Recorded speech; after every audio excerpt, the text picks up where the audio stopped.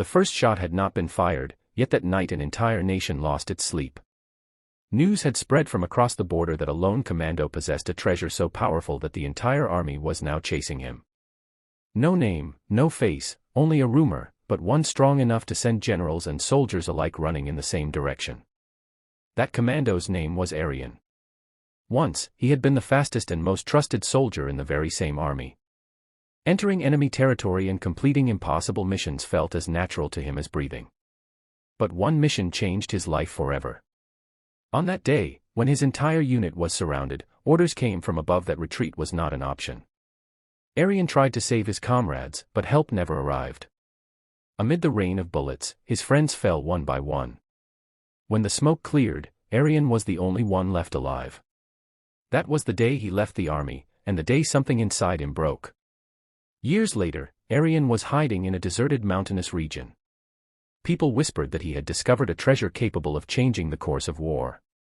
Some claimed it was gold, others believed it was a secret weapon, and some said it was evidence that could expose powerful faces. The truth was, Aryan did have something, but it was tied to his soul, not to money. When the army finally traced his location, an operation was launched. Helicopters, drones, snipers, every force was deployed. The command was clear: the treasure must be recovered, and if the commando stood in the way, he could be eliminated. This was the same army Aryan once considered his family. Aryan knew he could not keep running forever. He spent days hiding through forests and mountains. Hunger, exhaustion, and haunting memories slowly broke him from within. Every night, he saw the faces of his fallen comrades. He kept asking himself whether he was truly a criminal or merely a man carrying the burden of truth. During this time, he met Sarah. She was a local schoolteacher who taught children in that remote area. She had no idea who Aryan really was, she only knew he was a man filled with pain. Sarah saw him not as a commando or a fugitive, but as a human being. Her simplicity and quiet questions slowly began to melt the ice around Aryan's heart. But the army was closing in. One night, gunfire echoed through the jungle. Aryan sent Sarah to safety and stepped forward himself. The chase began, with death lurking at every step. Aryan used all his training, but this time the enemy was not across the border, it was his own people, the same men he once fought beside. Cornered inside an old bunker, Aryan finally revealed the truth about the treasure. It was not gold or weapons, but a hard drive.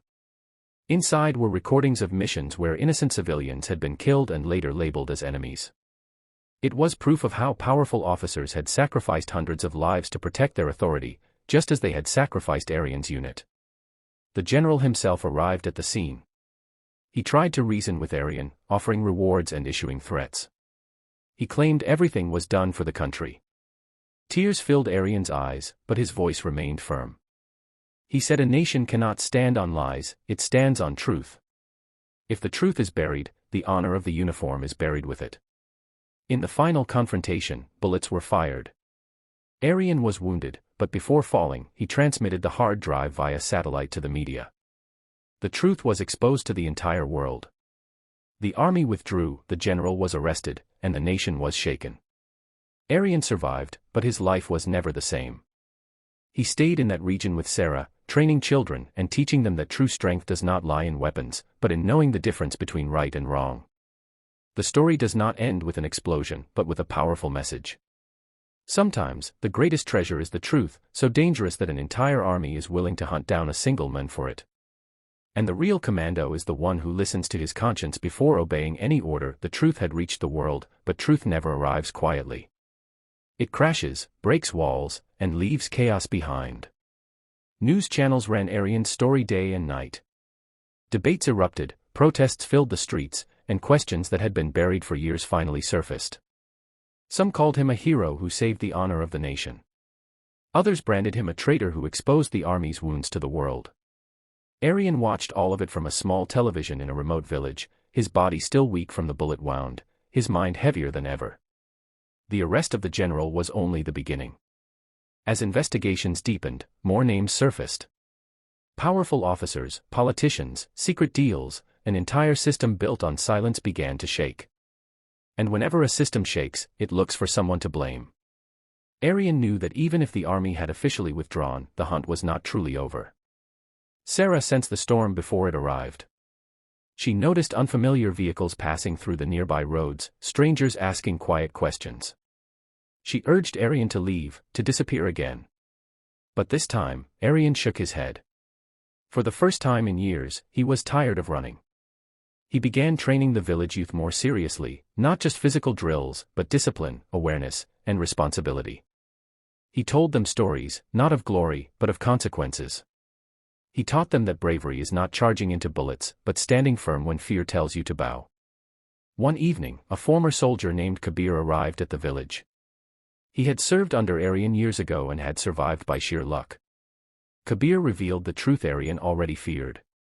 A covert unit had been formed, unofficial and untraceable. Their mission was simple: erase the loose end. Arian was that loose end. Kabir offered him an escape route across the border. Fake identity, safe passage, a new life. Arian listened in silence. Then he looked at the children training in the field, at Sarah standing near the school, and quietly refused. If he ran now, everything he had revealed would lose its meaning. The attack came before dawn. Gunfire shattered the calm, and the village woke in panic. Arian moved with instinct, guiding people to safety, using the terrain he knew so well. This time, he was not alone. Kabir fought beside him, and the villagers, though untrained, followed Arian's commands with trust. In the chaos, Arian came face to face with the leader of the covert unit, a man who had once signed off on the mission that killed his unit years ago. The men claimed there were no heroes, only orders and survival. Arian answered not with rage, but with resolve. He said survival without honor is just a slower death. The confrontation ended when evidence of the illegal operation was live-streamed through hidden cameras Kabir had planted. Once again, the truth escaped containment. The attackers retreated, knowing exposure was deadlier than bullets. By sunrise, the village stood damaged but unbroken. Weeks later, an official statement cleared Arian of all charges. Reforms were announced, trials promised, apologies issued. Some were sincere, many were not. Arian understood that systems do not change overnight, but cracks had appeared, and cracks let light in. He was offered reinstatement, medals, recognition. Arian declined them all.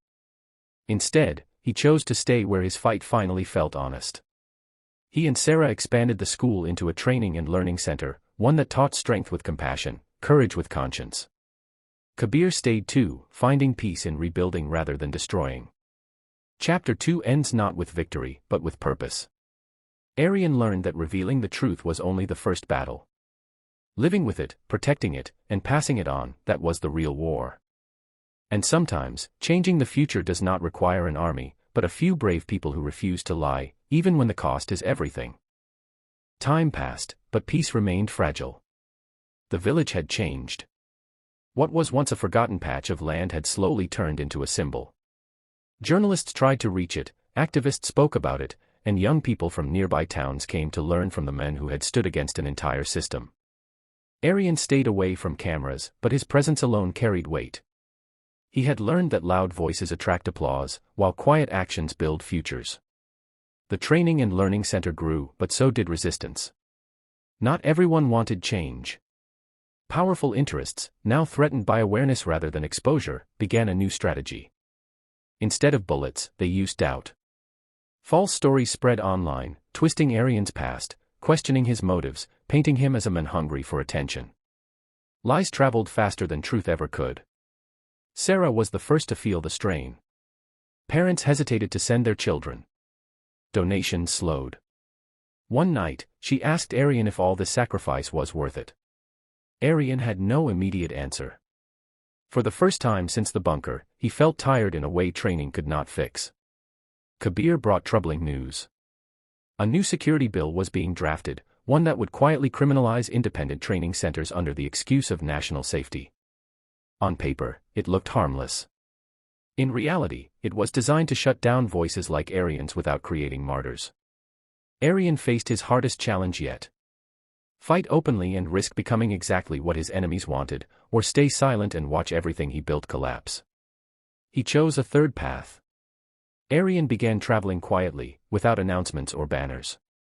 He spoke in small rooms, village halls, classrooms. He did not talk about his past unless asked. Instead, he spoke about accountability, about asking questions, about the difference between obedience and duty. Sarah documented these conversations, turning them into lessons that spread far beyond the village. Meanwhile, Kabir worked behind the scenes, connecting honest officers, retired soldiers, and legal experts. A network formed, not of rebels, but of guardians. People who believed the uniform deserved protection from corruption, not blind loyalty. The pressure peaked when Aryan was summoned to testify before a parliamentary committee. Cameras waited. Headlines were ready. Many expected anger, accusation, drama. What they got was calm. Aryan did not attack institutions. He spoke of responsibility. He did not name enemies. He described consequences. He reminded them that a nation's strength is not measured by secrecy, but by its ability to correct itself. His words were simple, but they landed where shouting never could. The bill was amended. Oversight clauses were added. The quiet network had done its work. After the hearing, a young cadet approached Aryan. The boy said he wanted to serve the country but feared losing himself in the process. Aryan placed a hand on his shoulder and said, "Never let the uniform silence your conscience. A uniform is worn on the body, but honor lives inside." Chapter 3 closes with Aryan returning to the village at sunset. The center stood modest but alive. Children trained, studied, laughed. Sarah watched from the doorway, understanding now that this journey was never about fighting the army, it was about protecting its soul. Aryan finally understood his place. He was no longer a soldier running from orders, nor a rebel chasing revenge. He was a bridge between truth and duty, proof that real service does not end when the uniform comes off. The past has a way of returning when you least expect it. One winter morning, a sealed envelope arrived at the training center. No sender, no official stamp. Inside was a single photograph, Aryan's old unit, taken days before their final mission. On the back, one line was written, "Not everyone who ordered their deaths has paid the price." The message shook Aryan more than any bullet ever had. Kabir confirmed what Aryan feared. One senior architect of that disastrous mission had escaped every investigation. He had retired quietly, protected by influence and fear. Now, that man was being considered for a powerful advisory role, one that would grant him immunity and control over future operations. Aryan faced a painful truth. Exposure alone was not justice. Some fires burn underground, waiting. Sarah worried this path would pull Aryan back into the darkness he had fought so hard to leave. She reminded him of the children, the center, the fragile peace they had built. Aryan listened, but silence felt like betrayal to the men in the photograph. This time, Aryan did not act alone or in anger. He gathered the network, retired officers, legal minds, journalists who still believed in facts. The goal was not revenge, but accountability so precise it could not be dismissed as personal vendetta. The man's past operations were reconstructed piece by piece. Documents matched timelines. Survivors were located. Families of the fallen were finally heard. What emerged was not a scandal built on emotion, but a case built on undeniable truth. The pressure was immense. Threats returned. Funding to the center was cut. Anonymous warnings appeared at night. Aryan felt the old weight pressing on his chest, but this time, he was not carrying it alone. The turning point came when a widow of one of Aryan's fallen comrades agreed to speak publicly. Her voice did what leaked files never could. She did not accuse. She asked one question: if our sons were expendable, what does service even mean? The nation listened. The appointment was withdrawn. A special inquiry was reopened. The man who believed time had erased his sins was finally forced to answer for them, not in secret rooms, but in public record. There was no dramatic arrest, no spectacle. Just accountability. And sometimes, that is the loudest justice of all. As the storm settled, Aryan stood once again at a crossroads. He was offered a formal role, policy advisor, national figure, a voice with authority. It was everything he once believed could fix the system from within. Aryan declined. Instead, he ensured the training center was legally protected and community-run, so it would survive without him. He expanded the network, not around his name, but around shared values. He understood something clearly now: movements built on individuals fade, but movements built on principles endure. Chapter 4 ends with a quiet ritual. On the anniversary of his unit's last mission, Aryan, Sarah, Kabir, and the families gathered by a simple memorial stone. No speeches. No flags.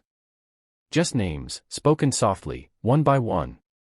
As the fire burned low, Aryan realized the legacy he had created was not about exposing the past or fighting power. It was about ensuring that no future soldier would ever be abandoned in silence again.